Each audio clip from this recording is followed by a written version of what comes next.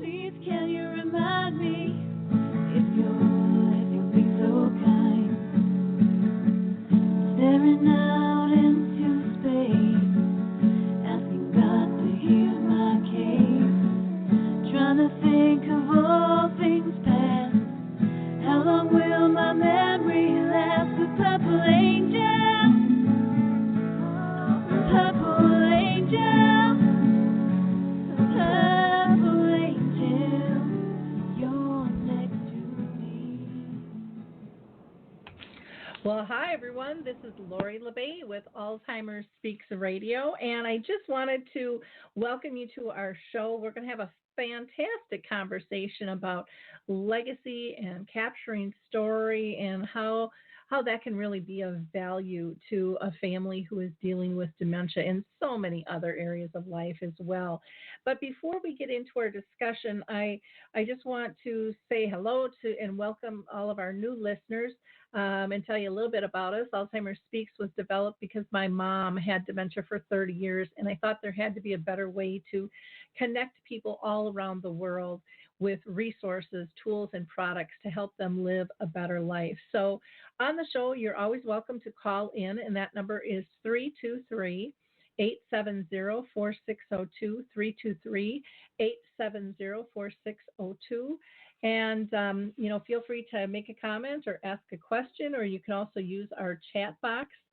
We would love to include you in the conversation. We've been doing this since 2011, and, we really say that we are here to shift our dementia care from crisis to comfort by, again, just raising everyone's voice. And if you're a business looking to expand your brand, please reach out to me. I would be more than glad to help you in that process. We have great platforms with wonderful traffic, and we'd love to be able to help people find your service, product, and tool. And again, to our listeners, thank you.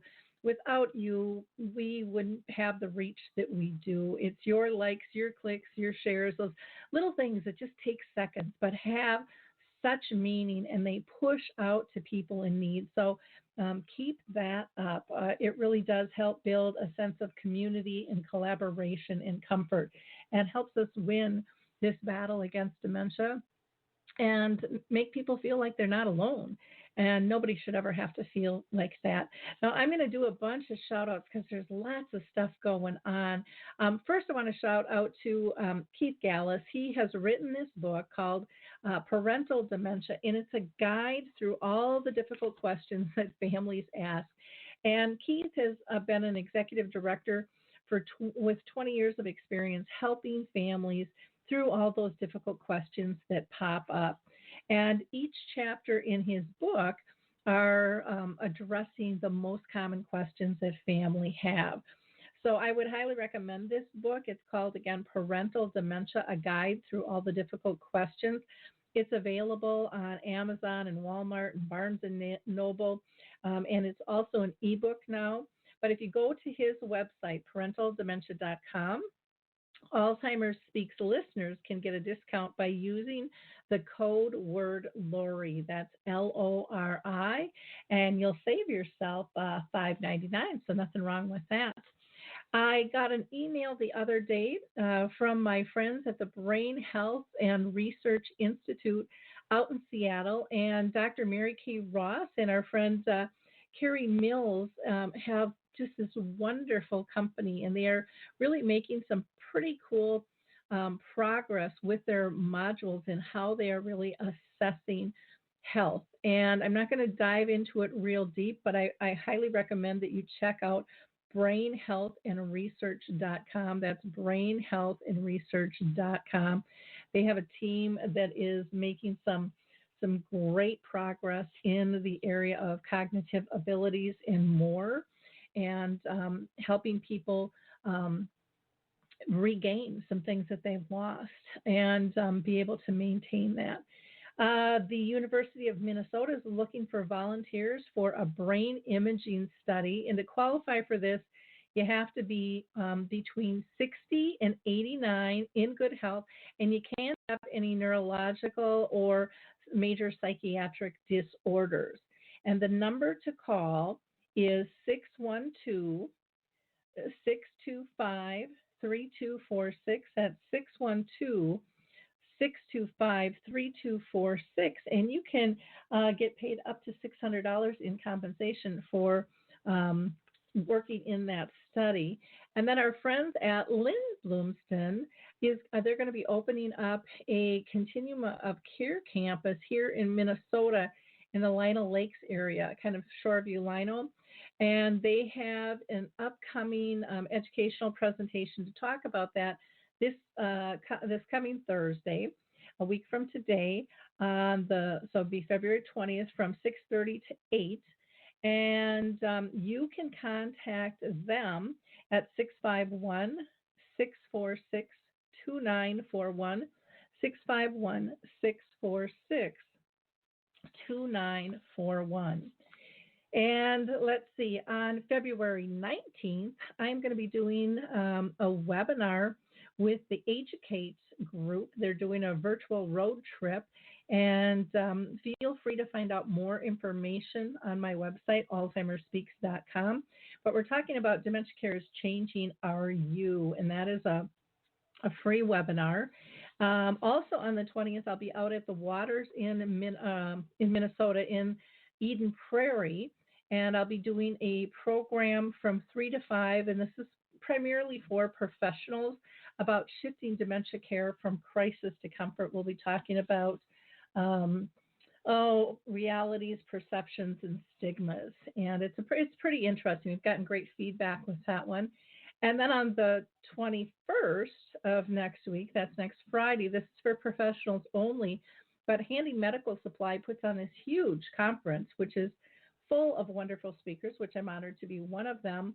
So if you're interested and are in Minnesota and are maybe a social worker, PT, OT type person, healthcare person, go to handymedical.com and you will learn more about that.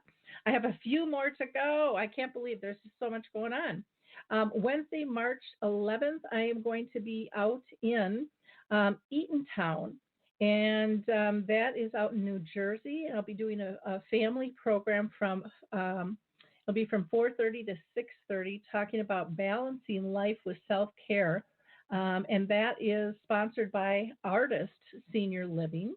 And then on the 12th, I'll be doing a program for professionals. And again, all of these you can find on our homepage at alzheimerspeaks.com. March 16th, I will be back in Minnesota doing a program for families from 5 to 6, and that's at the Waters of White Bear. And then I have to give a plug for my friend Jennifer Fitzpatrick. She is coming to Minnesota with Artist Senior Living, and she's doing a program for professionals. It'll be from 8 to 10:30, and that's going to be about ethical perspectives on cognitive and mental health with seniors, which I think is really important. She'll also with Artist Senior Living, I will be in Pennsylvania, and I'll be working with the Yardley group out there, and we're going to be doing a program from 5:30 to 7:30 for family caregivers. And that one's called Caregiver Survival Camp. And then last one I'm going to give a shout out to is Winona, Minnesota. They are doing kind of a whole weekly program of dementia-friendly type events. And I'll be down there Thursday, April 2nd in the evening from 4:30 till about 7 o'clock. And we're going to be doing a screening of A Timeless Love, which will be absolutely wonderful. So sorry that took so long, but it's exciting that there's this much stuff going on. 10 years ago, there was barely anything, and so it's really very, very fun to see. So let me get our speaker introduced to you so that we can get this conversation going. We're going to be talking about capturing personal stories to preserve family history. And I've had the honor to meet with this gentleman in person. His name is Dietrich Nissen, and he's a regional Emmy Award-recipient for video production. He's a former TV news reporter, and he has 16 years behind his belt of video production, being in that industry. He holds a master's in education and a bachelor's of art in broadcasting journalism. and Communication Studies from the University of St. Thomas. And Dietrich is now the proud owner of a company called Inherited Stories, which has really been a dream of his. And we're gonna talk to him a little bit about that. And I'll let him explain what his driving force is there. But Dietrich, before we get started, I always like to ask every guest if they have been personally touched by dementia in any fashion. Yes, absolutely. And in fact, part of, first of all, thank you for letting me on your show. To answer your question, yes, my grandma dealt with dementia toward the end of her life. And it was one of the things that caused a huge regret in my life, which just going back here, she was a storyteller. She was a person who grew up during the Great Depression, and she'd had all these wonderful stories that she would tell me as a kid.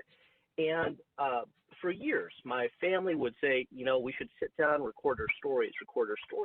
Well, we waited too long, and dementia came, and her personality slipped away, and obviously the stories slipped away.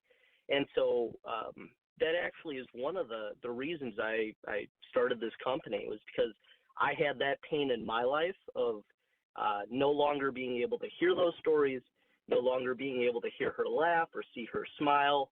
And so I felt, this is my way to make sure people have the chance to preserve those personalities before dementia comes or Alzheimer's comes. So, yeah. Well, I appreciate you sharing that, because I think so often we have regrets. We have all these great ideas and concepts, and we're going to do, and it gets shoved on our list of things to do, and then all of a sudden it's like, oh my gosh, we missed that opportunity. And so that's why I think today is going to be such an important conversation, because not only do I think it's something that we can individually do. We can hire a professional like yourself to really capture the story and know the sense. And this is a great gift idea, because a lot of times people, they want to give something to a family, but they don't know what. And what a precious thing this would be able to give. So why don't we talk about Inherited Stories? I've mentioned that it's kind of a legacy video storytelling company, but what exactly does that mean to the average Joe? And we'll talk about some of the benefits of that. Right, yeah. When the general use of that term, legacy video, oftentimes a lot of folks will say, oh, so you transfer old videos, or you bring, old material back and you transfer it, right, to digital. Well, no, that's not what we do. We sit down and we collect what's actually really valuable, which is the life story itself. We have, your loved one essentially tell that story based off questions that your family comes up with. And it's really a collaborative project. One of the things I like to tell folks is it's fun. It should be fun if we're doing it right. And at the same time, it can be really powerful. One of the stories I shared last week when we did our teaser was about a farmer in Princeton named Jim Hamer. Well, his family, this is a man from a generation, 95, never opened up really throughout his life. And so his grandkids never heard some of the stories about his life. And they asked me to come out and ask about these things, ask about his participation in World War II, ask about how he met his wife. Why did he become a turkey farmer? All these things that they want the answers to. And during that interview, it was amazing how he just opened up about these life experiences. And his family had the privilege of sitting in the other room and just listening to this person that, they have a very emotional, deep relationship with, open up about his life. And one of the strong suits about what I do, what Inherited Stories does, is that we're really an independent observer, a listener. I like to say it's compassionate listening, because we're not here to, judge you or take what you say and make you feel bad about anything. It's really the search for understanding of a person's life decisions. And it can be really rewarding. I feel it on the other side too, for that person to just open up to somebody, because how often do we get so busy in our lives, and sometimes it's nice to just slow down and talk, right? So that's sorry, I went a little bit all over there, but yeah, that's inherited stories. That's what we do. Well, and I think when you talk about a little bit all over there, that's how a normal conversation flows. When you're talking with your friends, you're kind of bouncing off the walls, and everyone is being spontaneous and engaged and excited, and that's what it's about. It's about letting the flow be natural, and I think sometimes we can try to control that flow or what the story is. And having an outside person come in, I think there's no prejudgment as to what to expect, and they I think sometimes they're better able to listen and capture things and have a different conversation than maybe we would, because I know with my own family there are stories, and I'll use one, for example, with when my parents were sick, I heard stories from their friends that my parents never told me. Never, because they were, some of them were maybe more adult stories, that they didn't want their kids to know about necessarily. But as an adult, then to be able to hear that, it was like, oh, they weren't so perfect after all, or they had a little edge there, or sense of humor, or whatever it might be. And so sometimes the flow of conversation, I think, can change with that. And I think that that's a perspective that a non-biased outside person who actually is a professional at capturing storytelling too can really do a great job with. Why don't you explain a little bit about the process of creating a legacy video, and what would that take? How much time does it take? What does it look like in terms of even environments? You come to them, do they come to you? All of those types of things. Yeah, it's a great point. So the process is really, it boils down to 4 steps. Initially, I'll talk with the family because I believe communication is at the root of everything. Being open and honest with the family and hopefully establishing that with them allows them to really just trust you as a person, and in turn trust them. And we come up with the questions themselves, which we call them story points or story prompts, but it's just a way to understand what the family or what that person really wants to talk about. And because they're part of the process of that initial step, it makes them a little more comfortable, I think, with going on camera to talk about it, because they're the ones who came up with the questions. The second step then is to figure out where they want to be, quote unquote, interviewed, or where they want to have this conversation. For some folks, they've already sold their home that they'd lived in for 70 years, and moved to a elder living facility, or they still live in that home and they want to make sure that they're interviewed in their favorite chair or their favorite part of the house.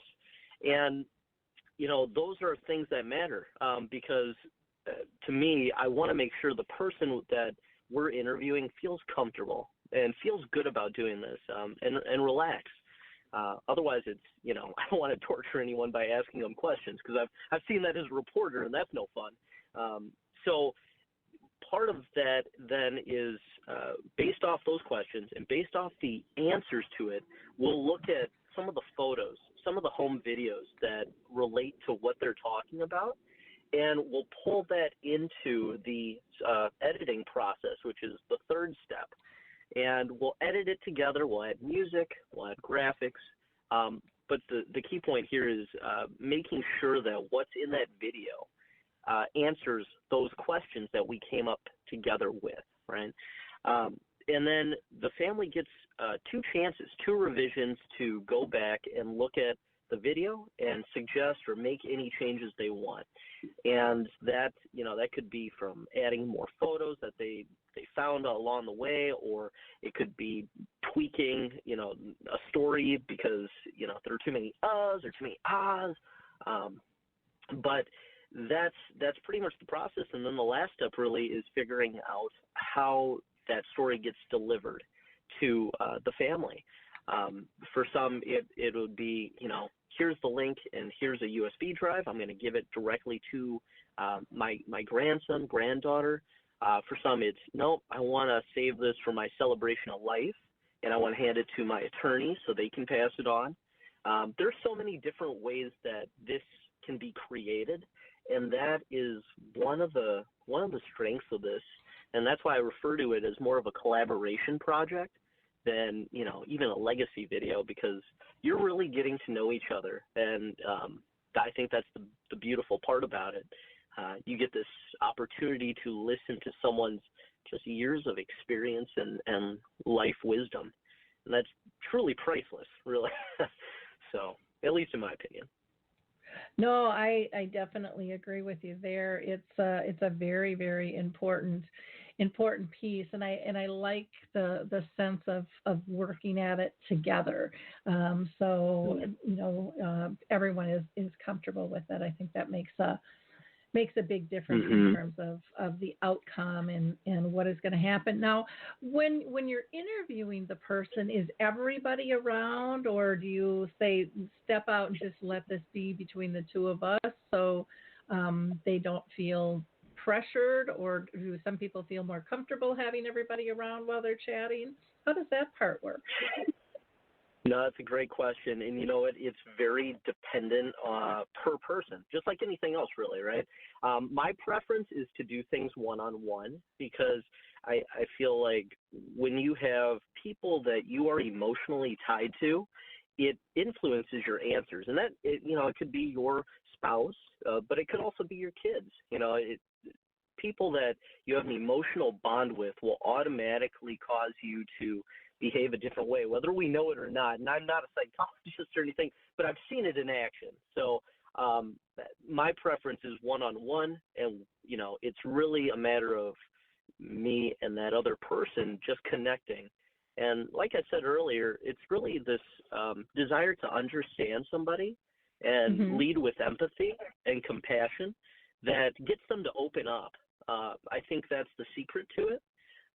A lot of times, I learned from reporting right away that if you go in there, guns blazing, so to speak, but you're looking for an answer or whatever, you've already made up your mind, rather than going in just listening, And so for me, I love to just listen, because the way someone tells a story says so much about their character,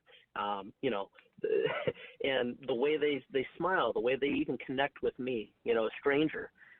It says so much about who they are, and I really enjoy that part of it. But it's also they're not being influenced by any other factors in the room, so to speak.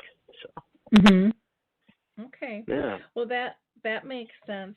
One of the things that you had mentioned was your grandma was really kind of the heart behind you stepping into this space and stuff. What has your family thought about you stepping into this space? My dad said he was so proud of me for doing this. And to me that was sorry, I get emotional, but my dad isn't somebody who often gives me compliments. So the fact that he said that to me really hit me hard. But it generally, everybody in my family supports this idea of creating legacy videos for other families, even within our own family.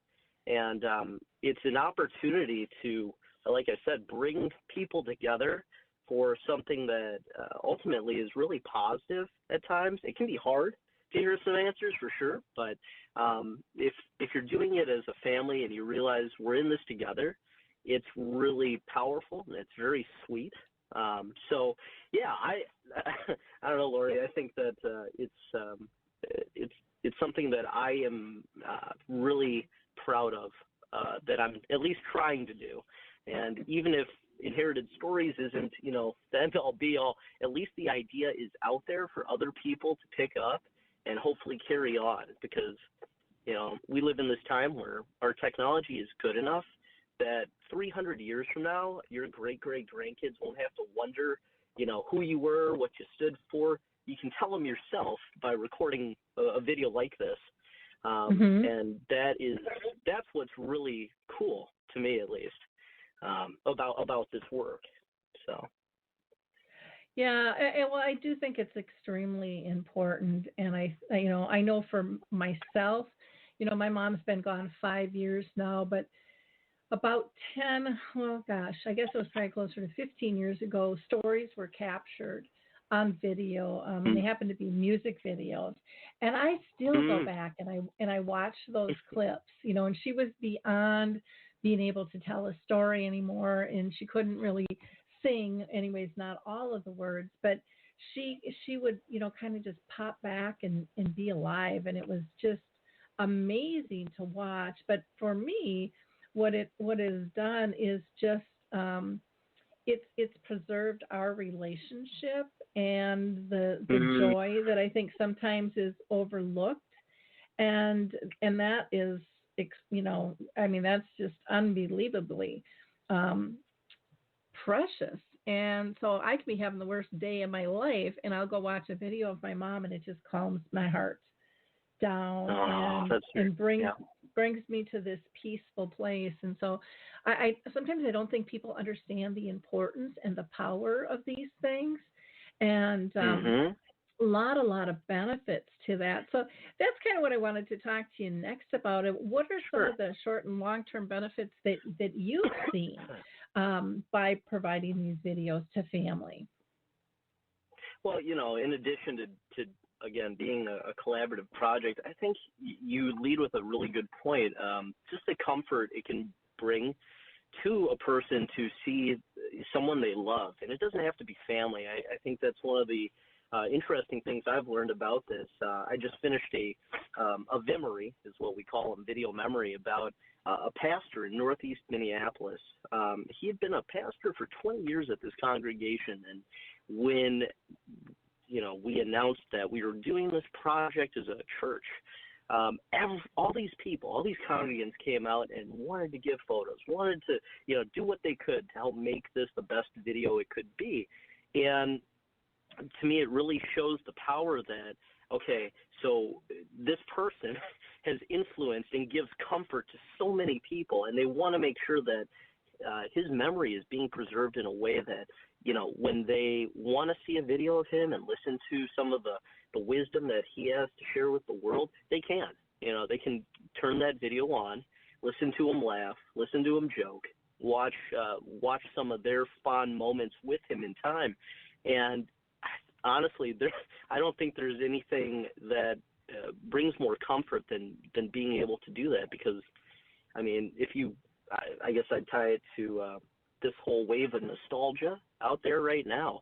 Why is nostalgia being sold everywhere? Well, it gives people comfort, and in times like we live in, it's comfort is a very, very valuable thing, and making people feel reassured that things are going to be okay, that that their relationships are strong. It's worth it.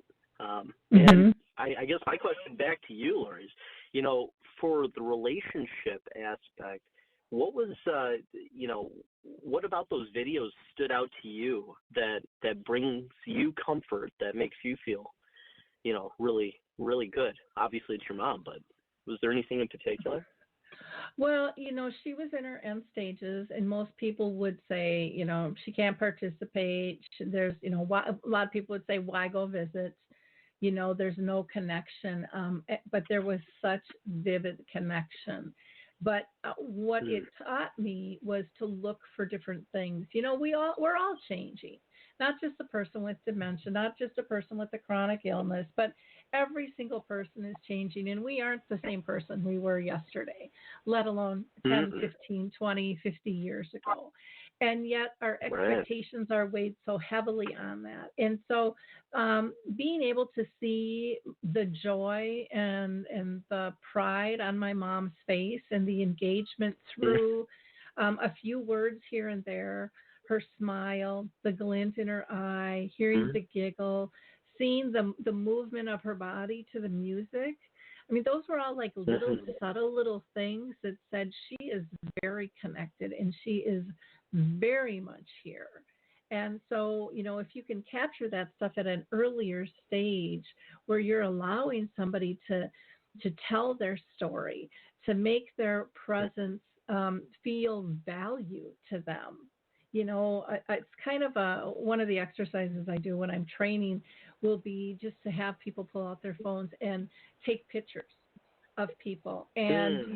you could be in a memory care where everyone's kind of got their slumped over in their wheelchair or their dining chair or whatever, and you can say smile and say cheese, look at the camera, and people bounce out of that state because that's a special moment. Someone is talking directly to you and they feel you are valuable enough to photograph. Yes.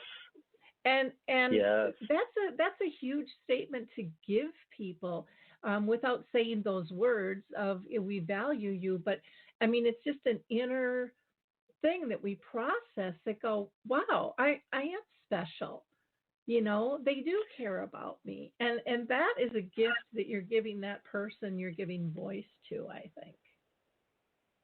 Yeah, exactly. I mean, at the end of this, the point of these videos is to say to someone else, I love you, I value you, right? And I think that, especially in this day and age, and from what I know of being in an elder care facility, it can be lonely. It can be lonely. You don't get to see your kids as often. Maybe they live out of town or whatever the circumstances are. The point is being able to say, I care about you. I'm thinking of you. It's a really powerful thing, like you said.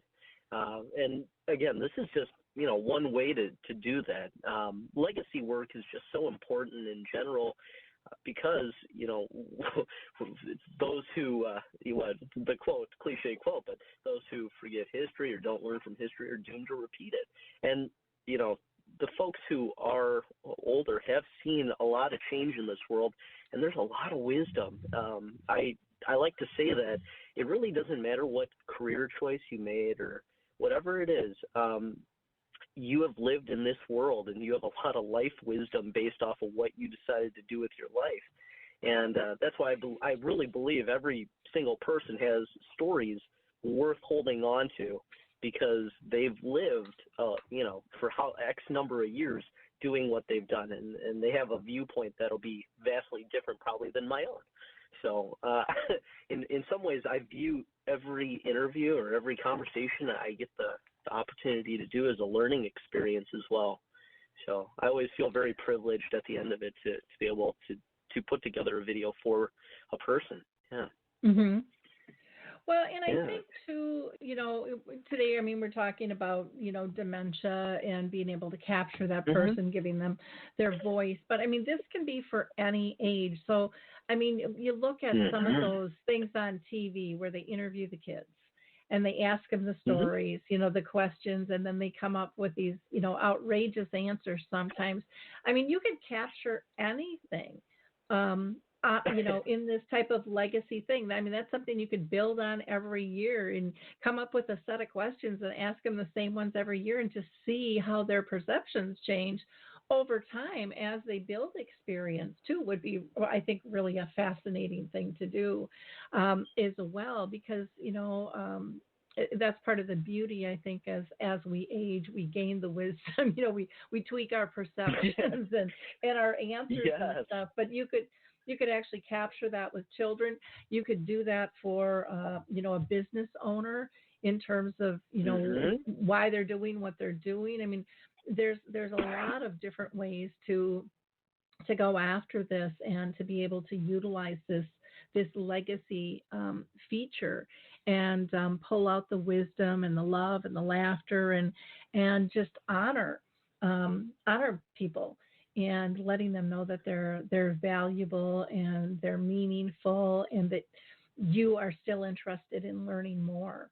I think of I have a whole box of Mm. 8 millimeter film from when my folks had the big deer in the headlights on there. I mean, it was like we would go blind on Christmas, and Easter, my dad's, taking the pictures, or when someone got married, and then they, forward and reverse when they're feeding somebody the cake at a wedding or whatever. And we still we howl at that stuff. And we pull them out every now and then. And, I bought a new bulb, but I really need to get those converted over, because my gosh, the bulbs alone are ridiculous, and they only last like, I think, 15 hours or something. But these are really these are important times to capture things. I think especially because we are living in such a fast-paced world. Now, you had mentioned that there's a lot of like legacy transfer video services and stuff, but you guys, that's not your forte in terms of doing that. But if somebody had some old video that they wanted to be part of this legacy video, is that something you can incorporate? Well, absolutely. So we partner with those transfer services, and there are about 4 or 5 big ones in the area in the Twin Cities here that do that particular type of transfer work.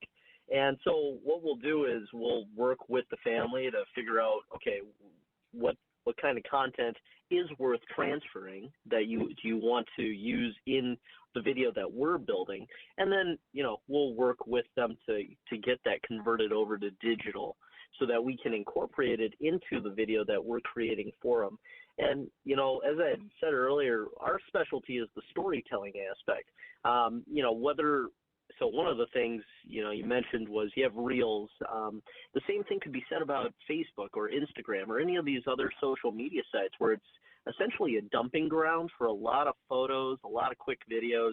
But the thing is, it doesn't really give you context. It doesn't answer the question why. Why did you guys choose to go to, I'm just throwing it out there. Why did you go to Portland this last fall? Why did you decide to do something? And that to me is the best or most interesting part of interviews in general, is understanding the why behind a photo. I think that when you talk about the wedding stuff, obviously, whose wedding was that? Why? What was your relationship with the folks at that wedding? That kind of thing. It gives that context, though, for people who, again, may not experience it, and especially your family members in the future, if you have them, who look back and say, yeah, I love this photo, but I have no idea why it was taken. I have no idea when it was taken.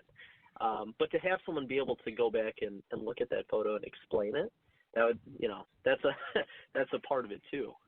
It's, again, the context.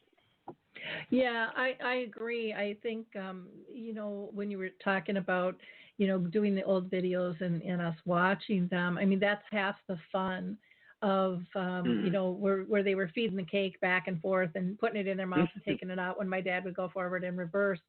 And we would laugh. And that was just the personality of my great aunt and her husband. They were just really fun loving and stuff. And we had a chivalry, which is where, I don't see anybody do that these days, but they got married at my parents' house, and they were older, and then we got to go into the kitchen and grab all the pots and pans, and on the front lawn and in the backyard, we were marching around as a band playing these pots and pans, and they were throwing money at us, and it was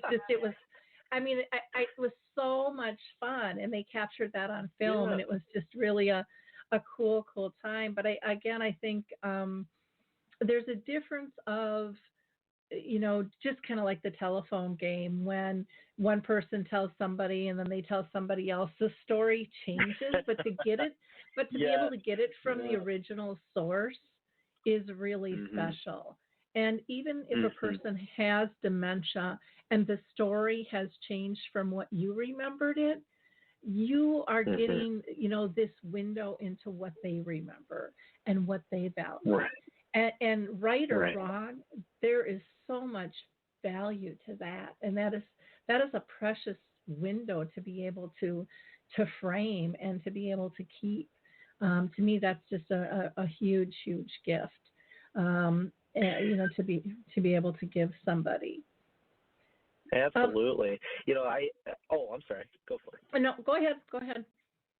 Oh, I was going to say, and when we talk about looking into that window into a person's mind, I think one of the really cool parts, and you and I talked off off mic on this, but one of the things I've really wanted to see is if we make a memory for a family and a person does end up getting Alzheimer's or dementia, how will they react to watching that video of them talking about their life and having them explain who their kids are and doing all this sort of stuff that reminds them almost of who they are and, what they did in their life and that sort of thing. I haven't been doing this long enough yet to get to that point, but that's certainly something I would be interested in looking at and trying to figure out, does this provide comfort to folks who end up getting Alzheimer's or dementia? And again, I just think it's so valuable to have you be able to tell yourself, yeah, this is my daughter, this is my son, these are our grandkids, I did this in my life. And I think that comfort is, again, it's just priceless.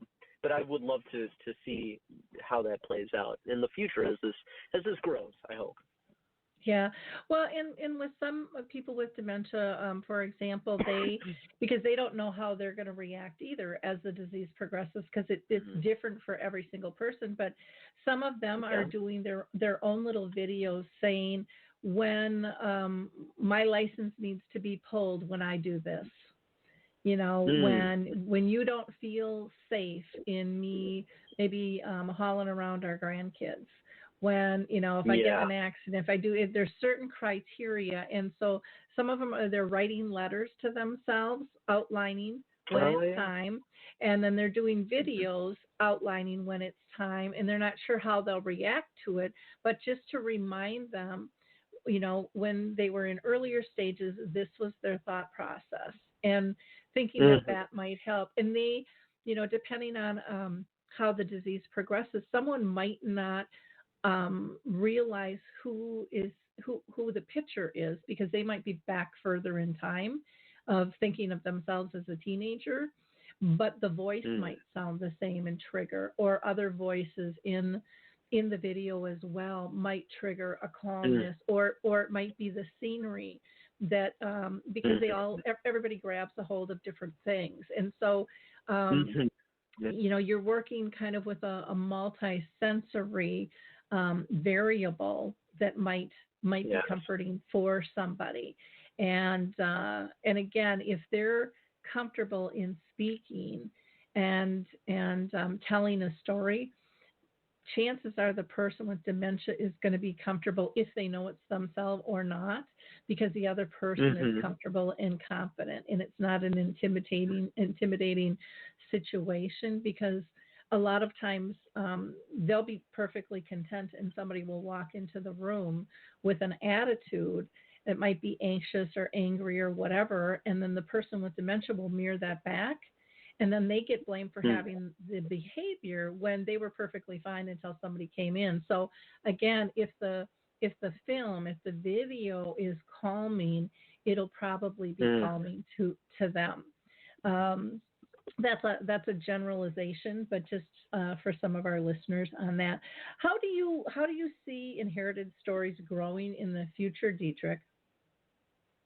There are so many ways to use this concept, and it doesn't have to necessarily be just with folks who are elderly or who, grandma, grandpa. It could be the folks who are in hospital with a disease like cancer. It could be for veterans who want to make a video because they're being deployed somewhere and they don't know what the circumstances are in that area. There are so many ways to use this just to help people slow down life for a little bit and explain to their family, why they made choices, offer them a chance even to just say, I love you. I think that's a really powerful thing to watch somebody say that. I mean, there's so many variants of where this can go, and right now I'm actually trying to work on an app to get people more engaged, especially with younger people these days. So focused on their phones, and not just younger people, I should say, a lot of people on their phones. So it may shift to going in that direction. But honestly, I think the big thing to me is I want to grow more video producers and more compassionate video producers who go out there and do this kind of work with the sole intention of helping families preserve life stories. And it's, again, I think being rooted in empathy and seeking that understanding are the big parts. And I just want to grow that kind of culture where we treat our elderly people with respect, and we value life wisdom, and we just value each other. So I know it's a really lofty, idealistic goal, but I think it's doable. It just has to start, one story at a time. And we'll just keep going at it and spread that message that everybody is valuable, and everybody has a life story worth capturing. Exactly. And it can be for any age or any stage of life. I mean, I think other targets could be just the caregiver journey. As they're going through this process, how does it feel? Maybe they're a sandwich generation originally, and then maybe now their loved one has passed. And where are they at? What have they learned through that process of caring for another? And how has that made them a better person, or what would they do different? I mean, all of those types of things are valuable as well. Well, this has been a fun conversation. I really appreciate you taking the time. Is there anything that we didn't cover that you wanted to? You know what? No, I really appreciate the opportunity to share a little bit more about legacy work and about what Inherited Stories does. My hope is that more people become interested in this type of work, because I feel like it's sorely needed. And, every day that goes by, people pass away, and that's a lost opportunity to learn from them. And that to me is why there's so much urgency to what we're doing.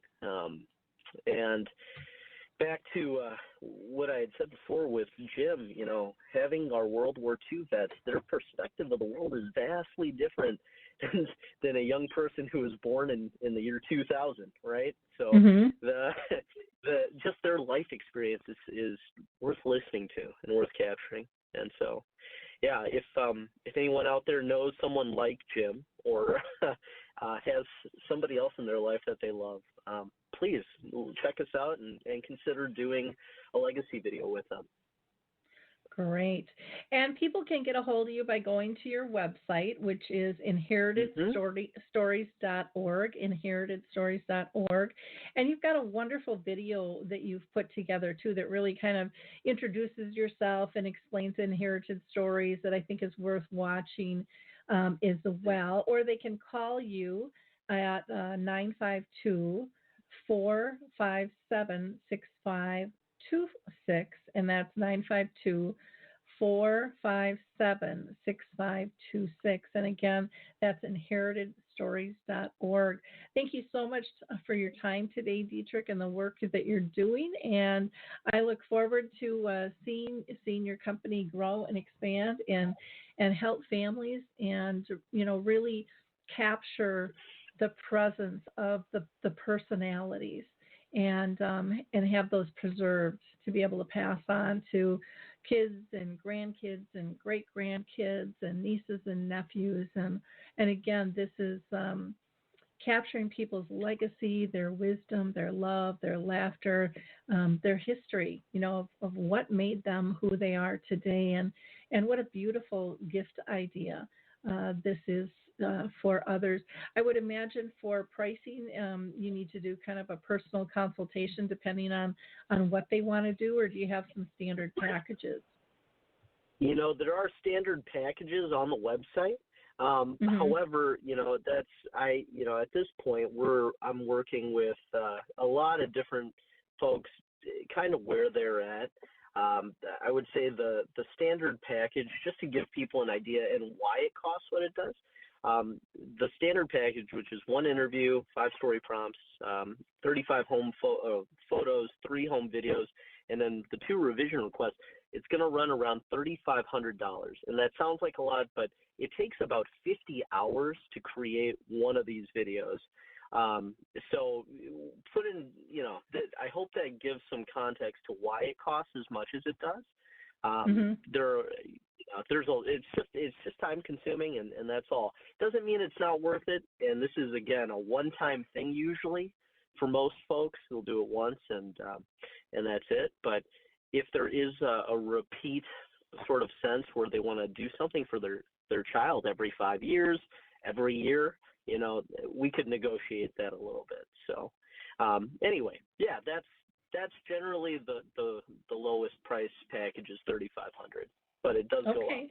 So okay, yeah. Well, sounds wonderful. Again, you can go to inheritedstories.org. And don't forget about checking out alzheimersspeaks.com. We have all kinds of programs that we're doing as well, and we've got lots of free resources. Please check out our initiatives and projects page. And for a lot of those programs, educational programs I talked about in the beginning, you can scroll down on the front page and find links and more information there. Have a blessed week. And again, Dietrich, keep up the great work. Thank you. Thank you, Lori. Bye now. Bye now.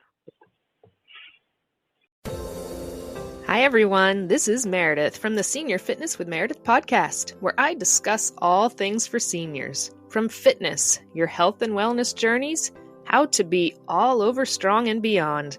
I also have my mini podcast called Motivation with Meredith. It's a great, quick motivational pick-me-up for your days. Join me, listen now, search for Senior Fitness with Meredith on your favorite podcast platform.